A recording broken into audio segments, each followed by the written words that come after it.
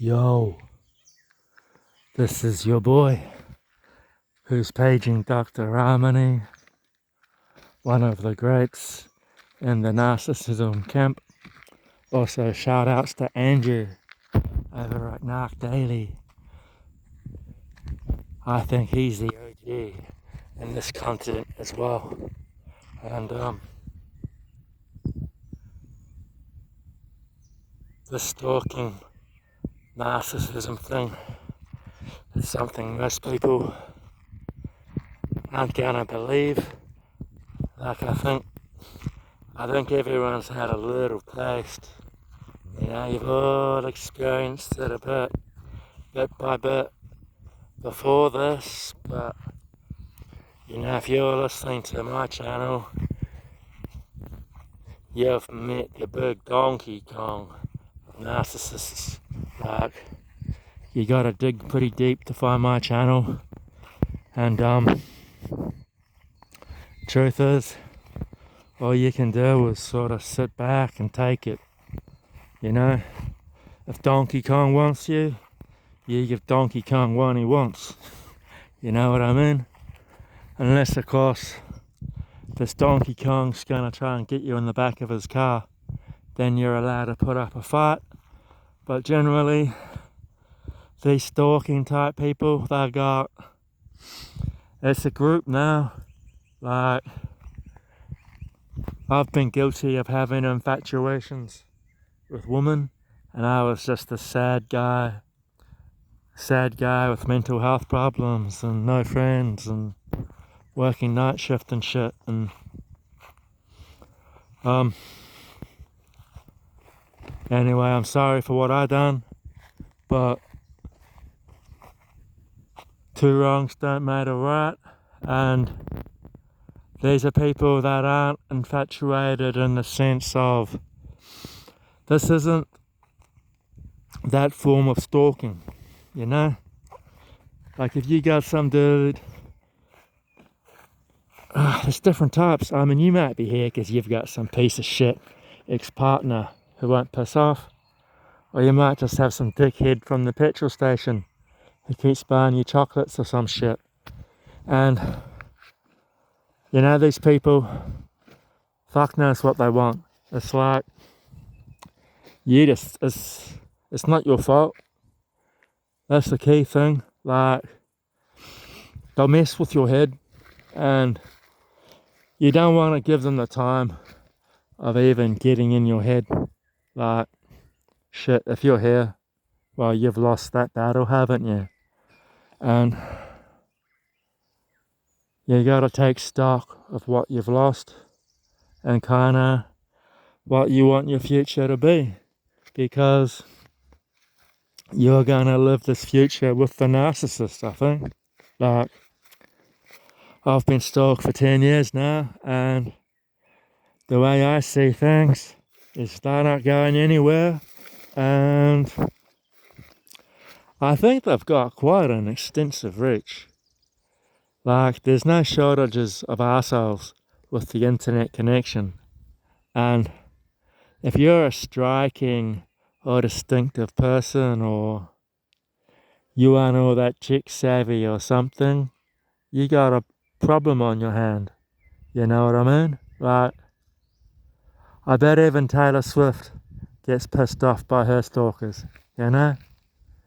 And Steven Spielberg had a dude that, this guy, he hired a car just like his wife's car, and he dressed up like his wife, and he tried driving onto the estate. Like, get past security, like, hey, just wave on, you know? I guess he hoped security would just wave him on through when they saw this broad with a wig in the Steven Spielberg's wife's car, but he got caught. And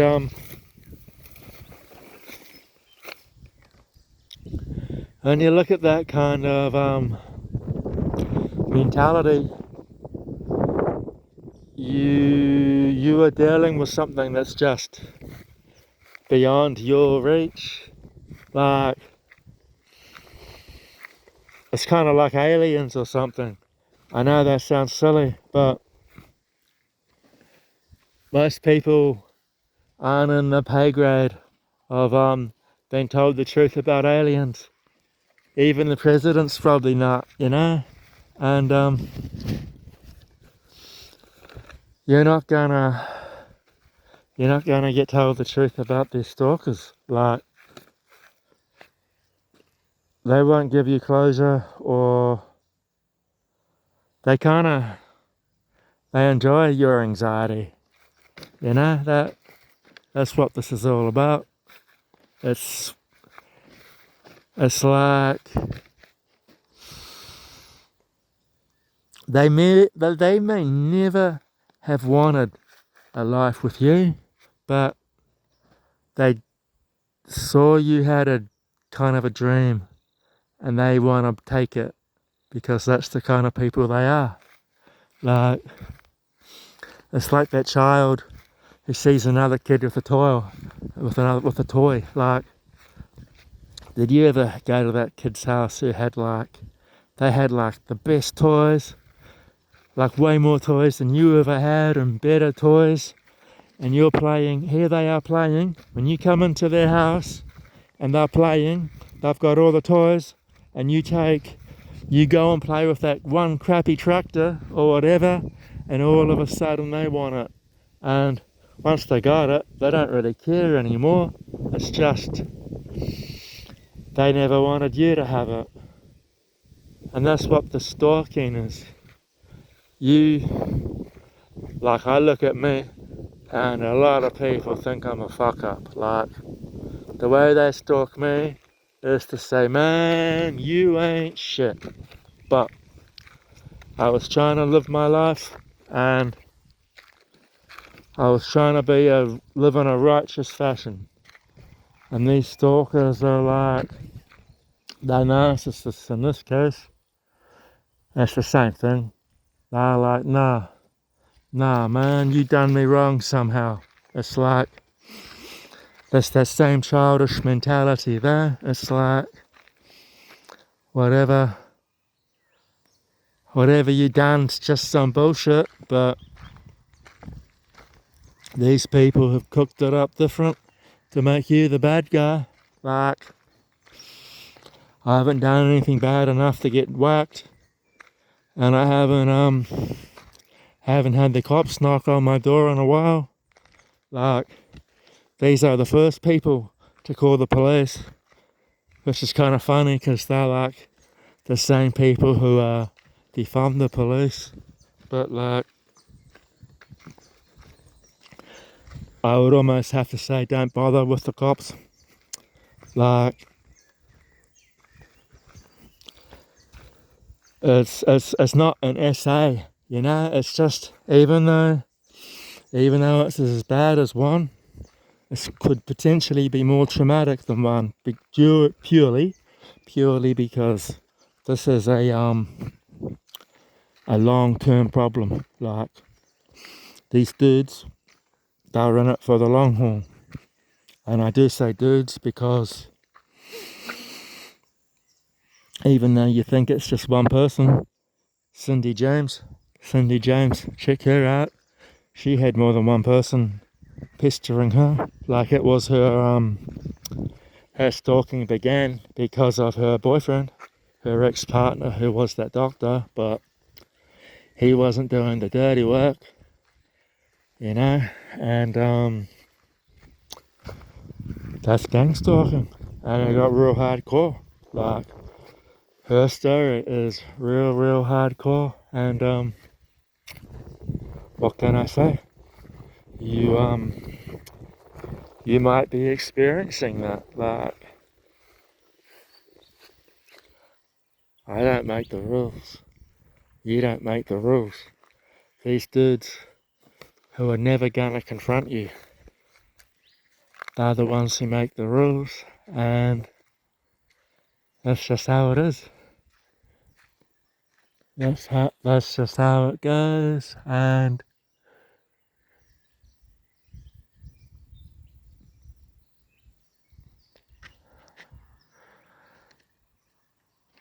I don't really have anything but cold comfort for you.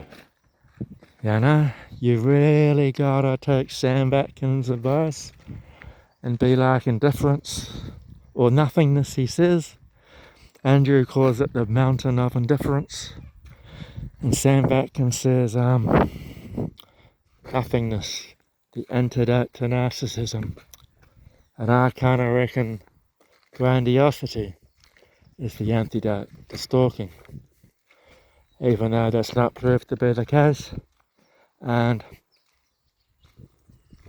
But that's the best avenue for my life to grow.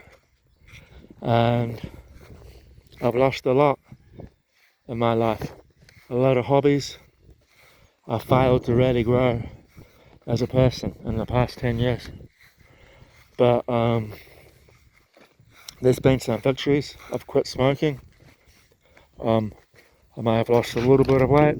I've had a weight problem to battle with, and that will be something else to discuss. And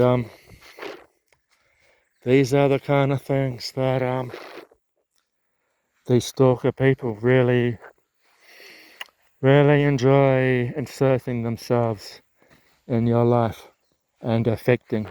Like these are the sort of people, if you had a big holiday, and yeah, if you had a holiday booked and you left your passport around, you can bet your ass that bitch will vanish, you know? And if you miss your flight, tough, because that's the sort of stuff narcissists do. And you might find it, you'll find it later when you missed your flight, or when when you're late as shit, it might be on the grass, or, just somewhere dumb, somewhere to devalue you, to be like, it's like, I've got power. That's what this is about, man. It's about power and control. And boy, they love being in your place, being in your life. Let's crack this open. Yeah, they love being in your life and letting you know they were there. But also, they love kind of doing it in a sense that makes you think, man, were they? Like there's been times when I thought, is it me? Did this really happen? And in hindsight, it's like, yeah, this is for the boys.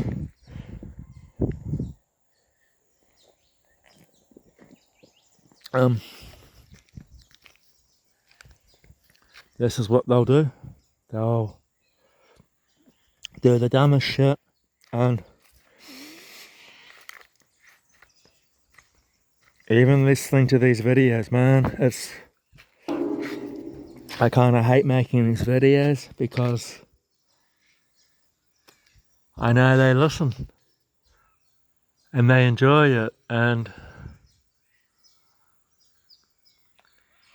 it almost encourages them, I suppose, because it's like, I don't want to be talking to stalkers. I want to be talking to people who need some encouragement, who need to know that you're not crazy. And it's kind of a shit thing because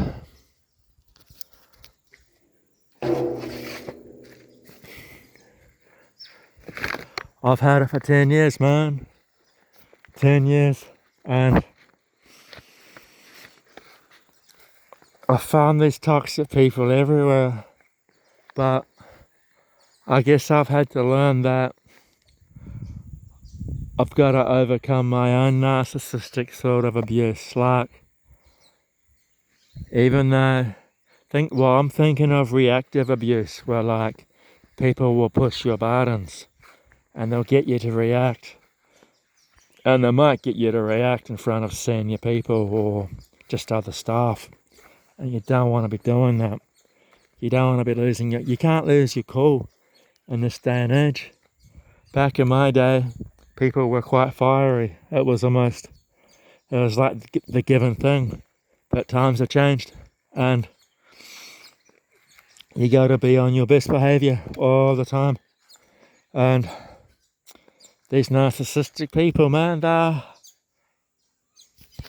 Oh.